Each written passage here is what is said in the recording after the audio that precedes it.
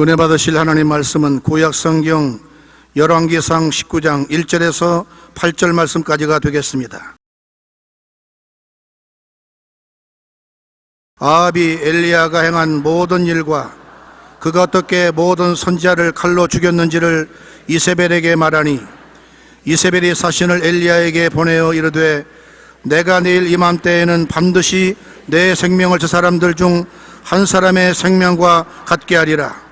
그렇게 하지 아니하면 신들이 내게 벌 위에 벌을 내림이 마땅하니라 한지라. 그가 이 형편을 보고 일어나 자기의 생명을 위해 도망하여 유다에 속한 브엘세바에 이르러 자기의 사환을 그곳에 머물게 하고, 자기 사신은 광야로 들어가 하룻길쯤 가서 한 로뎀나무 아래 앉아서 자기가 죽기를 원하여 이르되, 야훼여 넉넉하오니 지금 내 생명을 거두시옵소서. 나는 내 주상 조들보다 낫지 못하니이다 하고 로뎀나무 아래 누워 자더니 천사가 그를 어루만지며 그에게 이르되, 일어나서 먹으라 하는지라.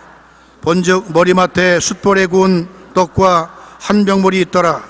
이에 먹고 마시고 다시 누웠더니 야훼의 천사가 또 다시 와서 어루만지며 이르되, 일어나 먹어라. 내가 갈 길을 다 가지 못할까 하노라 하는지라.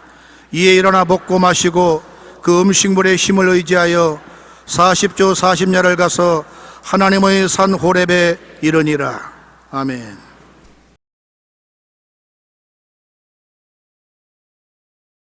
오늘 저는 제일 무서운 적은 스트레스이다, 이 제목으로 은혜를 나누고자 합니다. 오늘 인간이 당하는 치명적인 병, 즉 각종 암, 뇌졸중, 심근경색, 가지가지 소화기관의 병들이 스트레스에 의한 것이라고 의사들은 말합니다. 우리들이 앓는 병의 70% 이상이 스트레스로 말미암아 생긴다고 합니다. 그런데 우리는 성경을 읽어보면 스트레스에 걸려 암 등 다양한 병에 걸려 죽은 사람을 한 사람도 볼 수가 없습니다. 희한하게 성경의 족보를 읽어보면 다 운명대로 살았습니다. 스트레스라는 말은 한 물체에 가해지는 압력이나 물리적 힘을 가리키는 의미로 원래 물리학에서 처음 사용되었습니다. 제가 공업학교에 기계과에 들어갔을 때 제일 먼저 배운 것이 스트레스 스트레인 엘롱게이션 다이어그램이라고 해서 물체에 압력을 가해서 그것이 견디는 한계점을 다이어그램으로 그린 것을 공부한 기억이 납니다. 그런데 이것이 의학적으로 사용되면 스트레스란 몸에 해로운 정신적, 육체적 자극이 가해졌을 때 그 살아있는 몸이 나타난 반응을 말합니다. 압력을 다가옵니다. 정신적인 압력, 환경적인 압력, 이런 압력이 다가오면 그것을 우리 몸이 견디내는 한계점을 스트레스로 말합니다. 우리나라의 한 연구에 의하면 내과계 입원 환자의 약 71%가 스트레스로 인해 발병하거나 악화되는 질환을 가지고 있다고 말합니다. 스트레스는 신경 내분비계의 변화를 일으키고 자율신경계의 이상, 면역력 저하 등을 일으켜 대부분 나쁜 질환에 영향을 미친다고 합니다. 스트레스가 계속 쌓이면 사람들은 우선 피로감이나 불면증이나 수면 과다, 식욕 저하 등 두통, 가슴 답답한 등의 신체 증상을 나타냅니다. 또한 불안, 우울, 짜증, 집중력 저하, 의욕 저하와 같은 정신적인 증상들이 나타나 이러한 현상이 심해지면 사회생활에 적지 않는 지장을 받게 되는 것입니다. 이처럼 오늘날 인간이 당하는 치명적인 병들은 거의 대부분이 스트레스에 의한 것입니다. 그러나 성경에는 스트레스로 인해 가지각색의 병에 걸려 죽었다는 기록을 찾아볼 수가 없습니다. 제가 스트레스에 관한 설교를 하려고 성경에 스트레스로 모범적으로 죽은 우리 선조가 있는가? 아무리 찾아봐도 다 자기 명대로 살았지 스트레스에 걸려 병들어 죽은 사람이 아무것도 없어요. 암이 걸렸다, 관절염이 걸렸다, 폐병이 걸렸다, 병이 걸려서 죽은 사람이 한 분도 없습니다. 그러니 성경에 있는 우리 조상들은 새 스트레스를 받지 않았다는 것을 말하는 것입니다. 왜 스트레스에 걸립니까? 그냥 살면 되었지 왜 스트레스는 왜 걸려요? 우리가 살면서 여러 가지 어려운 시련과 환난과 고통을 당합니다. 그게 과도히 두려워하고 낙심할 때 그것이 우리에게 스트레스가 됩니다. 그러므로 예수님을 잘 믿고 기도를 많이 하는 사람은 상당히 스트레스를 견뎌낼 수 있습니다. 그러나 신앙이 없고 하나님을 의지하지 않으면 인간의 힘으로는 받침의 때 힘이 약해서 무게가 누르면 찌부러지고 마는 것입니다. 욥기 3장 25절에 보면 욥이 환경에 시련을 겪어서 재산 다 잃어버리고 자식들 다 죽고 부인이 저주하고 집을 떠나고 자기는 전신에 몸에 병들었습니다. 그가 탄식하기를 내가 두려워하는 그것이 내게 임하고 내가 무서워하는 그것이 내 몸에 미쳤구나. 그는 우연히 그 병이 걸린 것이 아니라 평소에 그런 병이 올까 굉장히 무서워하고 두려워했다는 것입니다. 정신적인 스트레스를 받고 있었다는 것입니다. 왜 그런 스트레스를 받았는지 알지 못하겠지만 벌써 욥은 그런 굉장한 스트레스를 받고 있었는데 그것이 자기 생활 속에 그대로 이루어졌다고 말하는 것입니다. 문제의 심각성에 압도당하고 좌절하는 것입니다. 어떤 문제가 되면 그 심각성이 너무 크기 때문에 자기로 감당을 못합니다. 자기로서 도저히 그 어려운 염려, 근심, 불안, 초조, 절망 감당하지 못하니 그로 말미암아 쓰러지는 것입니다. 뇌일열이 걸리고 심장마비가 걸리고 위병이 걸리고 불안신경증이 걸리고 잠을 못 자고 쓰러지고 마는 것입니다. 여기에 엘리야 보십시오. 엘리야는 구약시대 최고의 선지자인 것입니다. 하나님이 불수레를 태워서 죽지 않고 하늘에 데리고 갈 정도의 위대한 인물이었습니다. 그런 엘리야도 문제의 심각성에 압도당할 때 좌절하고 낙심하고 스트레스에 걸려서 죽기를 원했습니다. 엘리야가 보통 사람 같았으면 자살했을 것입니다. 엘리야는 바알의 선지자 450명 그들과 경쟁을 했습니다.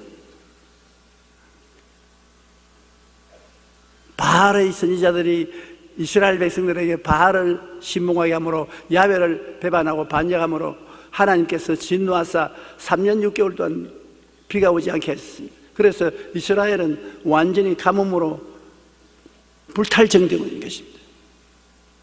그래서 바알이 왕성할 때 하나님의 종 엘리야가 그 바알 선지자들을 모두 한 곳에 모여서 정말 야훼가 참 하나님인지 바알이 참 신인지 서로 경쟁을 했습니다. 아합이 엘리야가 행한 모든 일과 그가 어떻게 모든 선지자를 칼로 죽였는지 이세벨에게 말하니 엘리야의 제단에 하나님이 불로 응답한 일들과 백성들이 바알을 보고 하나님만을 섬기기로 작정한 일과 백성들이 힘을 합쳐 도움으로 450명의 바알 선지자들을 다 죽인 사실과 그 결과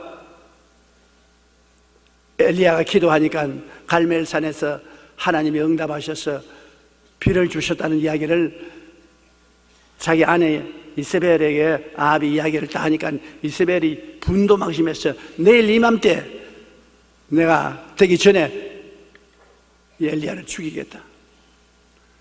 살아서 못 나간다. 이런 위대한 일을 한 엘리야가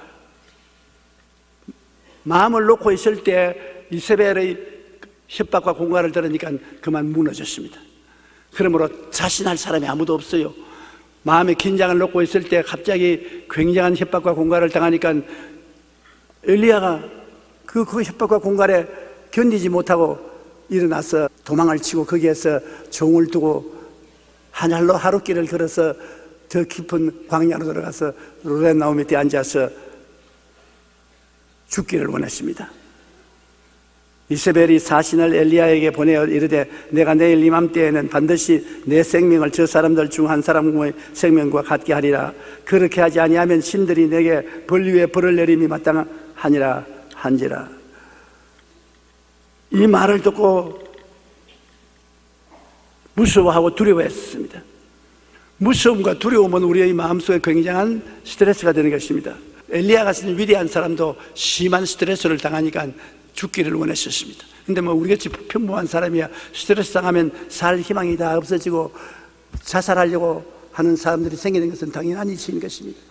우리 오늘날 인생이 경험하는데 가장 참기 어려운 것이 스트레스인 것입니다. 스트레스는 우리의 모든 희망과 용기를 다 빼앗아가고 마는 것입니다. 좌절하고 절망하게 만드는 것입니다. 최근 우리나라의 학계, 의료계, 산업계 등 사회 지도층에 있는 인사들이 잇따라 자살한 사실이 밝혀져 사회적으로 큰 충격을 받고 있습니다. 유명한 대학병원 교수와 물리학의 한 분야에서 최고의 권위자로 알려진 서울의 유명 사립대 물리학과 교수가 목숨을 끊는가 하면 지난 1월 22일에는 국내 대기업 임원이 과중한 업무 부담감을 호소하며 목숨을 끊었습니다. 억대의 연봉을 받는 그분이 우리 한국에서 다 성공한 분으로 박수를 치는 그분이 왜 유수한 양수 놓고 자살한 것입니까? 그 지위에 다가오는 스트레스를 견딜 수가 없었던 것입니다. 전문가들은 이러한 일은 극심한 경쟁사회에서 심적 압박감과 스트레스를 이기지 못해 벌어지는 일들이라고 지적하고 있습니다. 삼성 서울병원의 유범희 교수는 불규칙한 생활, 과로가 반복되는 생활은 육체적으로 무리를 주지만 정신적으로 무리를 줄 때가 더 많다고 말합니다. 육신적인 무리는 견뎌낼 수 있어도 정신적인 무리는 견뎌내지 못합니다. 사람들은 자신에게 어떤 문제가 발생하면 그 문제의 심각성에 압도당하고 좌절합니다. 이로 인해 사람들은 스트레스에 걸려 육체적, 정신적 고통을 당하게 됩니다. 이러한 스트레스가 지속되면 사람들은 자신의 생명조차 끊어버리려는 큰 위기를 맞게 되는 것입니다. 그런데 성경에 보면 예수님은 그렇게 함정을 받아도 스트레스를 받지 않았었어요. 바리새교인, 사두개교인, 교법사들이 끊임없이 따라다니면서 압력을 가하고 로마의 정권이 끊임없는 위협을 가했었습니다. 그는 먹고 자고 사는데도 정체가 없었습니다. 그렇게 많은 괴로움을 겪어도 예수님은 스트레스에 안 걸렸습니다. 예수님은 어떻게 스트레스 안 걸리고 살았으면 나 같으면 스트레스 걸렸을 것인데, 주님은 스트레스에 안 걸리는 방법을 말해줍니다. 주님은 무엇을 어떻게 했기에 스트레스 안 걸립니까? 내게만 좀 말 좀 해주십시오. 우리 성도들에게는 비밀로 할 테니까 내게만 좀 말씀해 주십시오. 아마 주님은 싱긋이 웃으면서 말할 것입니다. 욕심이 없으면 스트레스에 안 걸린다? 아니, 주님 그렇게 간단합니까? 간단하다. 욕심이 있으니까 스트레스에 걸리지, 욕심이 없으면 결코 스트레스에 걸리지 않는다. 야고보서 1장 14절로 15절에 오직 각 사람이 시험을 받는 것은 자기 욕심에 끌려 미혹됨이니 욕심이 잉태한 즉 죄를 낳고 죄가 장사한 즉 사망을 낳느니라. 지위, 명예, 권세, 돈, 무엇이 내가 가지고 있는 것이 빼앗기면 어떻게 하느냐? 나보다 더 강한 자가 와서 나를 밀쳐내면 어떻게 할 것이냐? 마음에 욕심이 생기면 그것을 얻기 위하여, 그것을 지키기 위하여 마음에 부담을 느끼고 스트레스를 느끼게 되는 것입니다. 디모데전서 6장 9절에 부활이 아는 자들은 시험과 올무와 여러 가지 어리석고 해로운 욕심에 떨어지자니 곧 사람으로 파멸과 멸망에 빠지게 하느니라. 욕심에 떨어지면 파멸과 멸망에 빠집니다. 그 마음에 욕심 없이 어떻게 삽니까? 그러니까 전혀 욕심 없이는 못 살 거 아닙니까? 적당한 욕심을 가지는 것입니다. 너무 큰 욕심을 가지지 말고, 또 전혀 욕심이 없어 이만 딱 벌리고 이렇게 앉으시면 그것도 또 큰일입니다. 그건 나쁜 욕심이 아니고 좋은 욕심은 가져야 되는 것입니다. 그러나 무엇인지 과도한 것은 문제가 되는 것입니다. 일반적으로 인간에게는 오욕이라고 하는 5가지 욕구가 있습니다. 식욕, 생욕, 제욕, 명예욕, 수면욕구 등이 그것입니다. 여기에는 인간의 원초적 본능인 식욕이나 성욕, 무욕 등이 모두 포함되어 있습니다. 인간은 살아가면서 누구나 오욕을 채우려고 합니다. 그것은 인간의 자연적인 본성입니다. 그런데 그 정도가 지나치면 탐욕이 되고 마는 것입니다.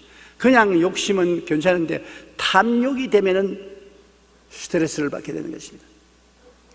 보통 욕심이 다 가지고 있죠. 그러나 탐심이 들어오면 탐욕이 되는 것입니다. 그러면 나쁘게 됩니다. 마음을 비우고 욕심을 버리며 주어진 것에 감사하면 기쁨과 평안뿐 스트레스에 걸리지 않는다고 한 것입니다. 미국의 미시간 대학교의 스테파나 브라운 박사는 인간의 욕심과 수명에 관해 연구를 했습니다. 연구 결과에 의하면 욕심이 많은 사람들의 사망률이 욕심이 적은 사람의 사망률보다 거의 3배 더 많은 것으로 나타났습니다. 욕심이 적은 사람은 평안하게 있으니까 오양육부가 긴장하지 않지요. 그러나 욕심이 많은 사람은 오양육부가 다 눌려서 잠도 못 자고 고통을 당하니까 빨리 죽을 것은 당연히 지는 것입니다. 욕심 많은 사람에게 시집도 가지 말고 장가도 가지 마세요. 빨리 죽습니다.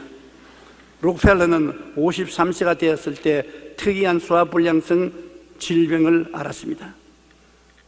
인류 역사 가운데 록펠러만큼 큰 부자는 아직까지 생기지 않았습니다. 록펠러는 인류 역사상 가장 큰 부자가 된 사람이었습니다. 그러나 그가 53세에 특이한 소화불량성 질병을 앓았는데 이 때문에 머리카락은 말할 것도 없고 눈썹과 속눈썹까지 다 빠져버렸습니다. 의사는 그의 병은 늘 극도의 긴장된 생활에서 비롯된 스트레스가 주 요인으로 1년을 넘기기가 어렵다고 말을 했습니다. 그 후 록펠러는 마음에 욕심을 버리기로 작정했습니다.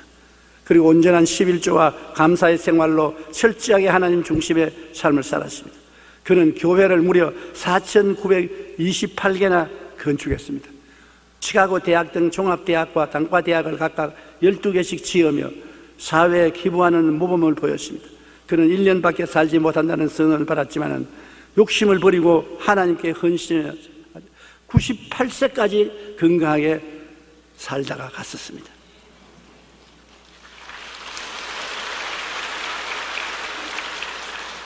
탈무드에는 성자의 주머니 속에는 꿈이 있고 패자의 주머니 속에는 욕심이 있다고 말했습니다.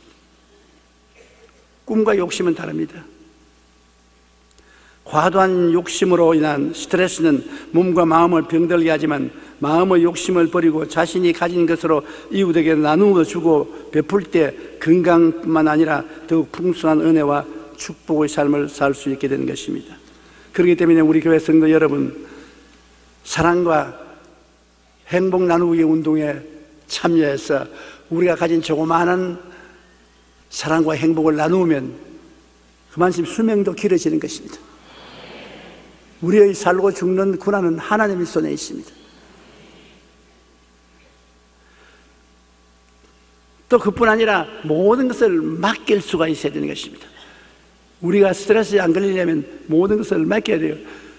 수하고 무거운 짐을 내 어깨에 걸머지는 것, 내가 거기서 찌부러질 때 그 짐을 다른 사람에게 맡기면 나는 가벼워지지 않습니까?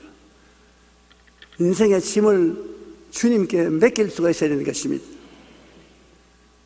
그런데 그 짐을 맡긴다는 것이 그렇게 쉽지 않습니다. 마태복음 11장 28절에 수고하고 무거운 짐진 자들아 다 내게로 오라 내가 너희를 쉬게 하겠다고 주님이 말씀하셨고, 시편 68편 19절에 날마다 우리 짐을 지시는 주라고 말하십니다.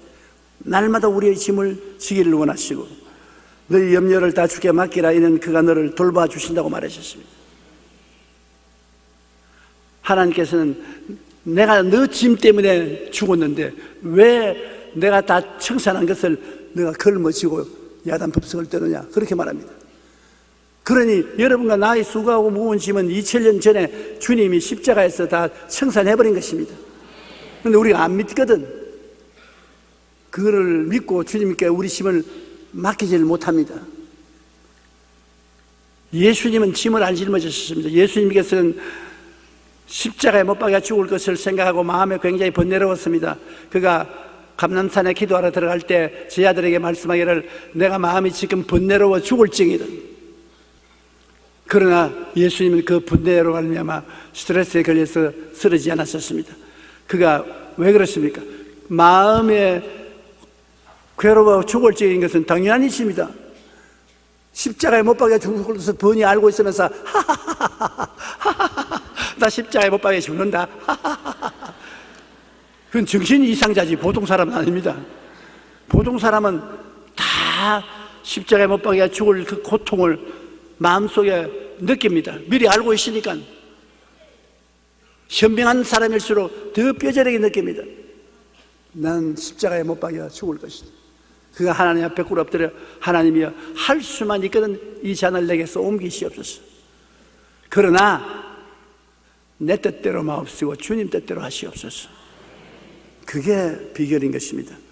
내 뜻대로 마옵시고 아버지 뜻대로 하옵소서. 무엇이 내 고집대로 끝까지 하려면 스트레스에 걸립니다. 내가 면하면 좋겠는데 아버지가 면하는 것이 뜻이 아니면 아버지 뜻대로 하시옵소서. 그래서 내 짐을 아버지께 맡겨버리지. 스트레스가 왔지만은 아버지로 전달해버리고 말하는 것입니다. 아버지가 네가 십자가에 못 박아 죽는 것이 내 뜻이라. 좋습니다. 받아들이는 것입니다. 우리가 문제를 받아들이면 스트레스에 걸리지 않습니다.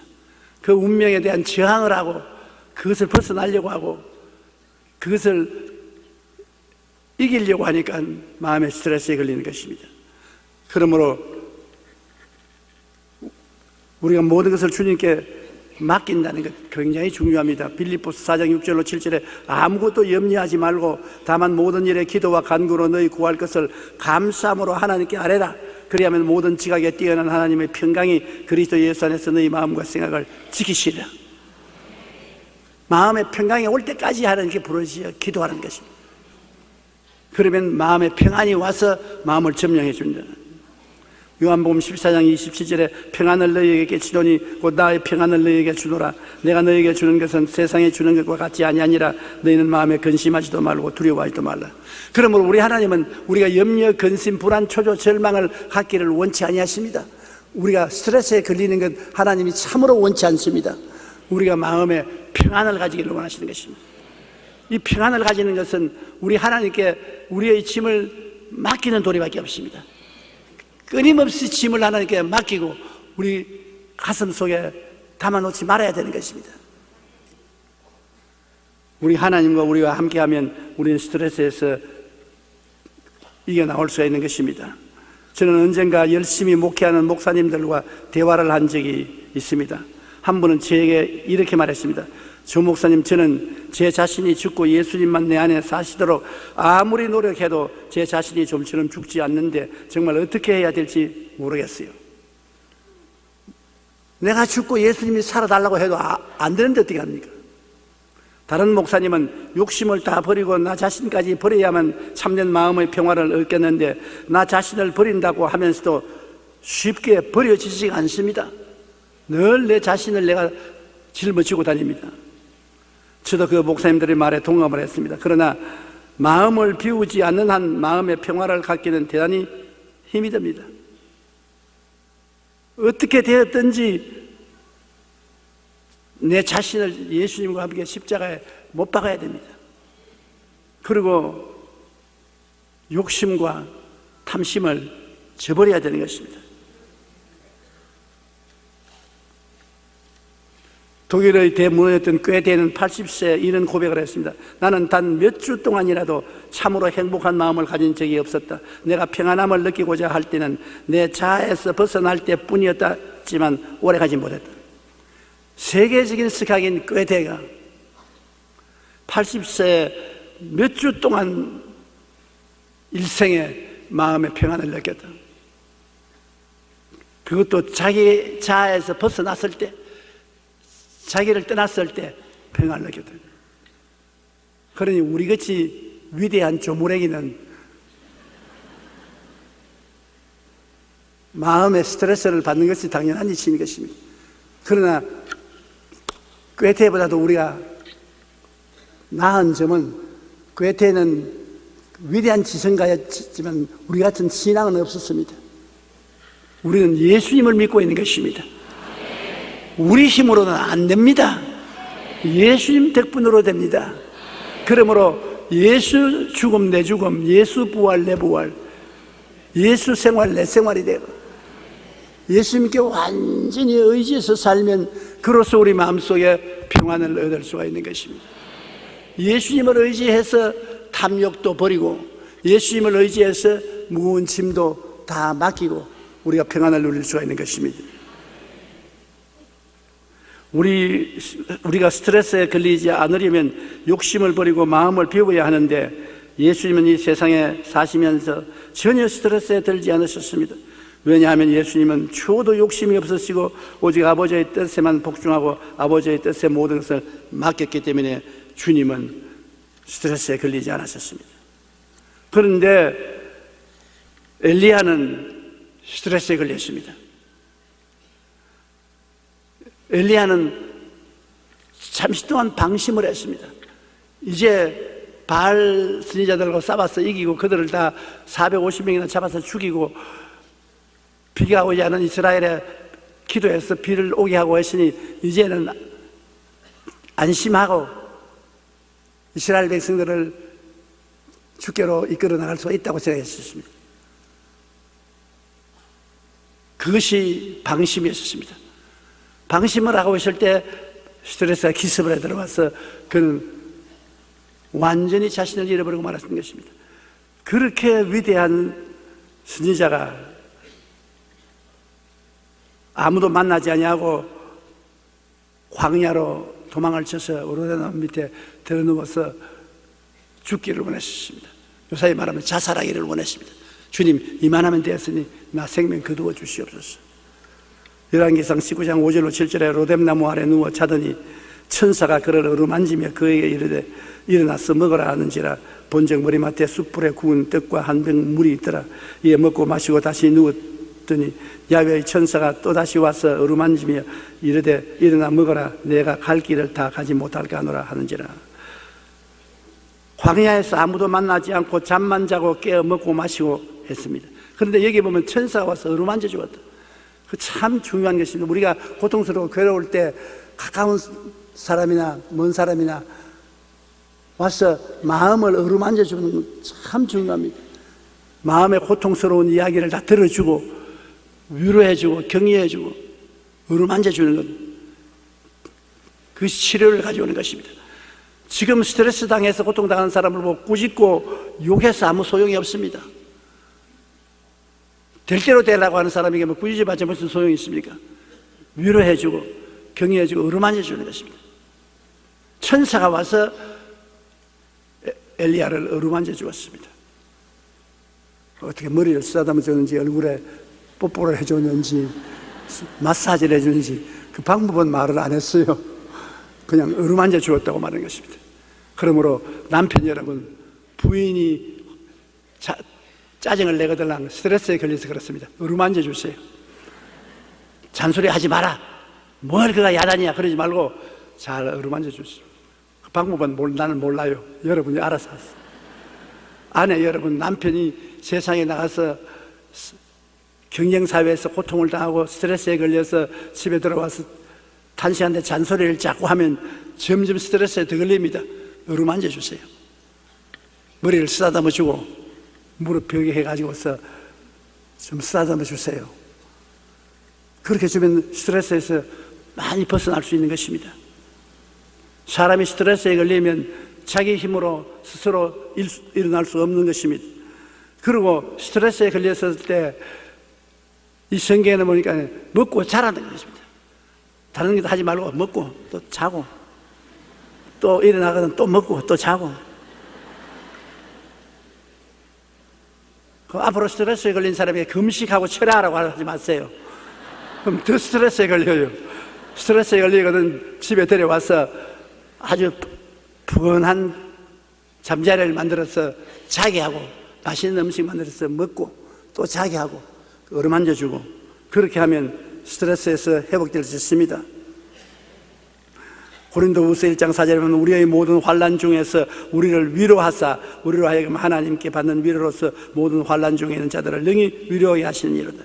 위로 굉장히 필요하지 않습니까? 우리가 환난을 당할 때 주님이 와서 위로해 주신다.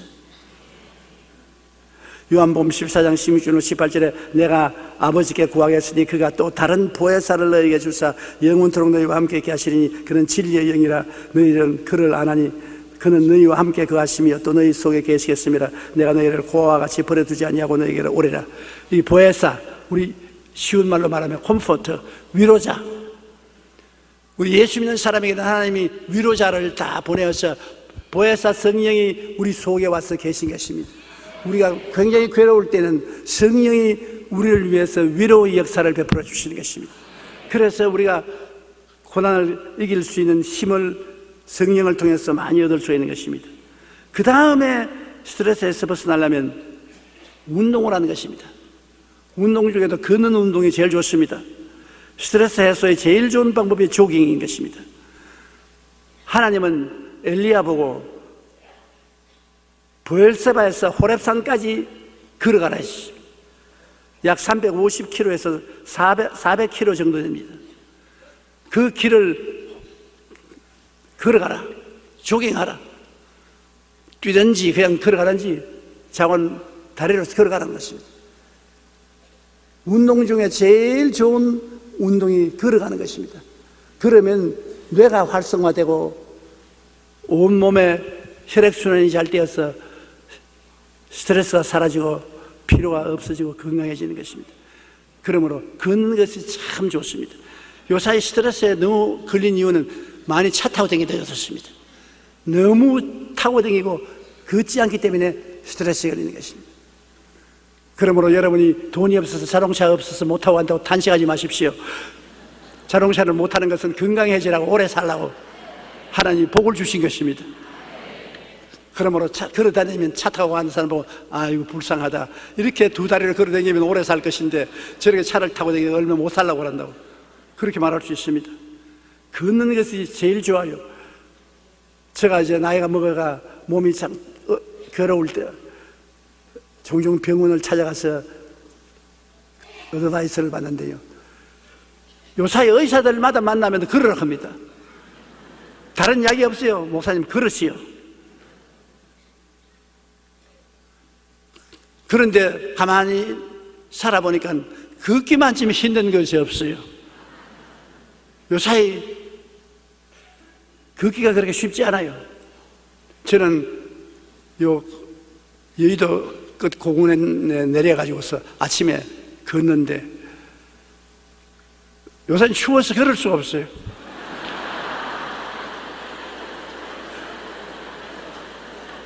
그러니 걸을 정도로 따뜻해지기를 기다리니까 한겨울 다가고 맙니다.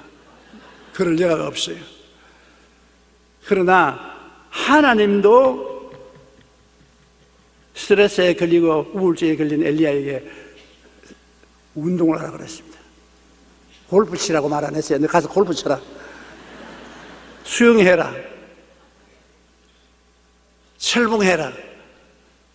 그러지 않으시고 누구든지 돈 안 들이고도 할 수 있는 걷는 운동을 하라는 것입니다. 그러므로 우리도 할 수만 있으면 그럽시다. 열왕기상 19장 8절에 보면 이에 일어나 먹고 마시고 그 음식물의 힘을 의지하여 40주 40야를 가서 하나님 산 호렙에 이르니라. 40주 40야를 한 달 열흘을 걷고 나니까 스트레스 다 날아가 버리셨어요. 한 달 열흘만 걸으면 문제가 해결되는 것입니다. 잠언서 17장 22절에 마음의 즐거움은 양약이라도 심령의 근심은 뼈를 마르게 하느니라. 뼈를 마르게 하는데 걸으면 마음이 즐거워집니다. 그러면서 마음에 짐이 사라지고 즐거워지니까 양약이 되어서 영적으로 육신적으로 병이 다 없어지고 마는 것입니다. 산책이나 운동을 하는 것은 건강에 매우 좋습니다. 우리가 걸으면 뇌세포가 활성화되고 혈액순환이 잘 되어 건강에 좋아진다고 합니다. 하루에 1만 3천 보를 걸으면 지방이 연소되고 혈액순환이 활성화되어 마음이 상쾌해지고 즐거워집니다.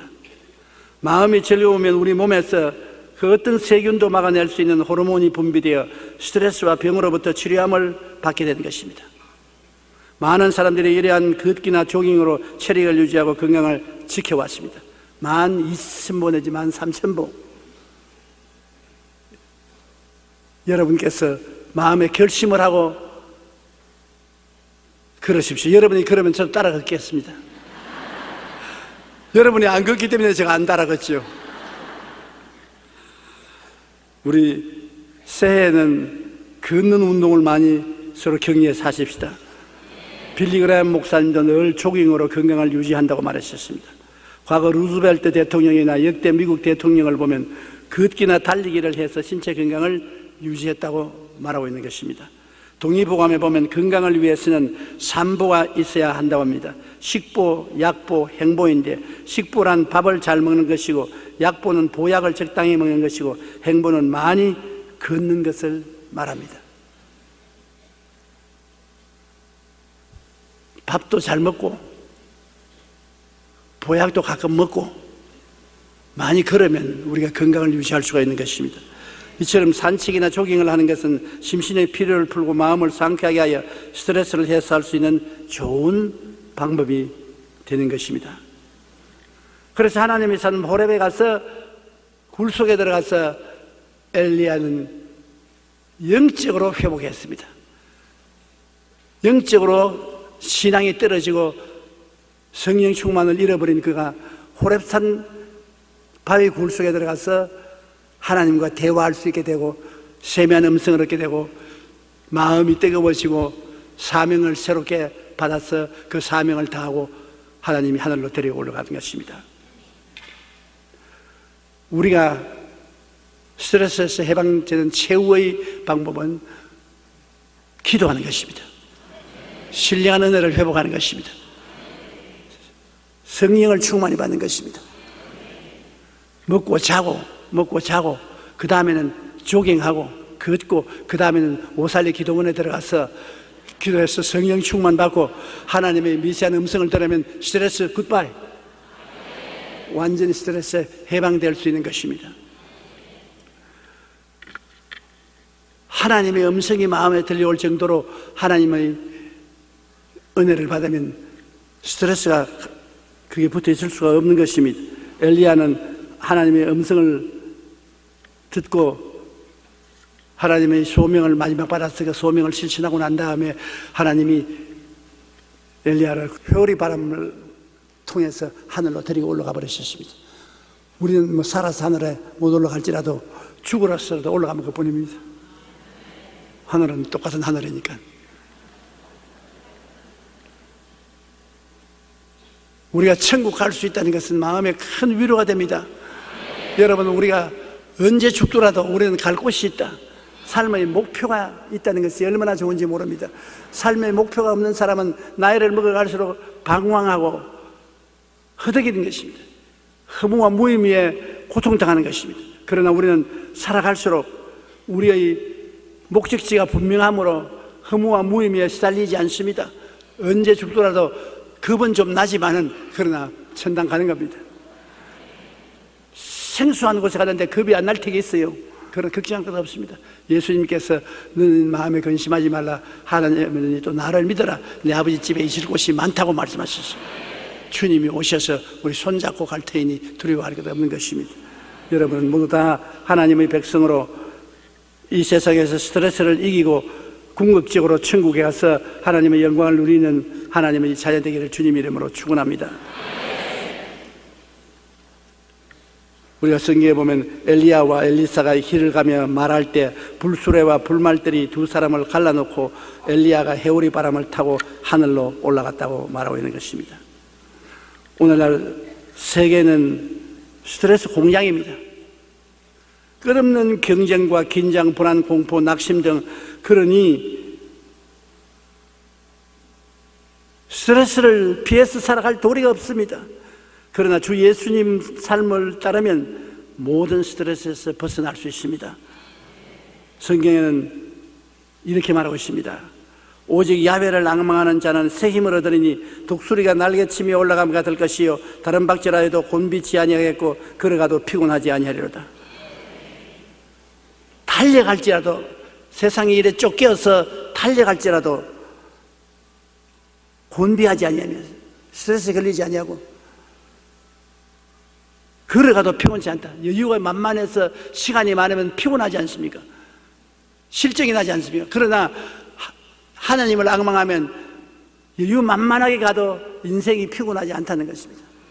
항상 하나님 안에서 영혼이 잘땡없이 범사에 잘되며 강건하고 생명을 얻되 풍성히 얻으며 살아갈 수가 있는 것입니다.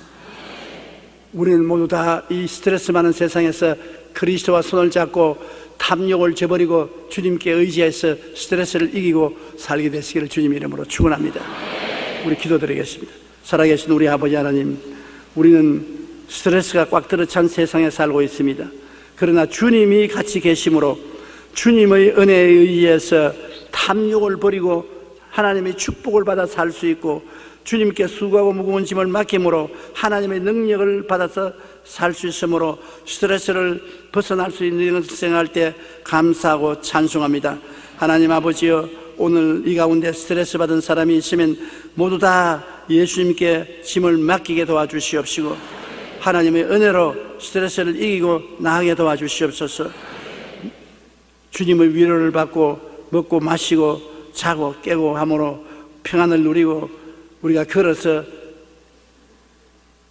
모든 피로를 다 털어버리고 새로운 삶을 살아갈 수 있는 우리들이 되고 영적인 성령 충만을 회복해서 하나님의 백성으로서 승리하는 삶을 살게 도와주시옵소서. 예수님 이름으로 기도드립니다. 아멘.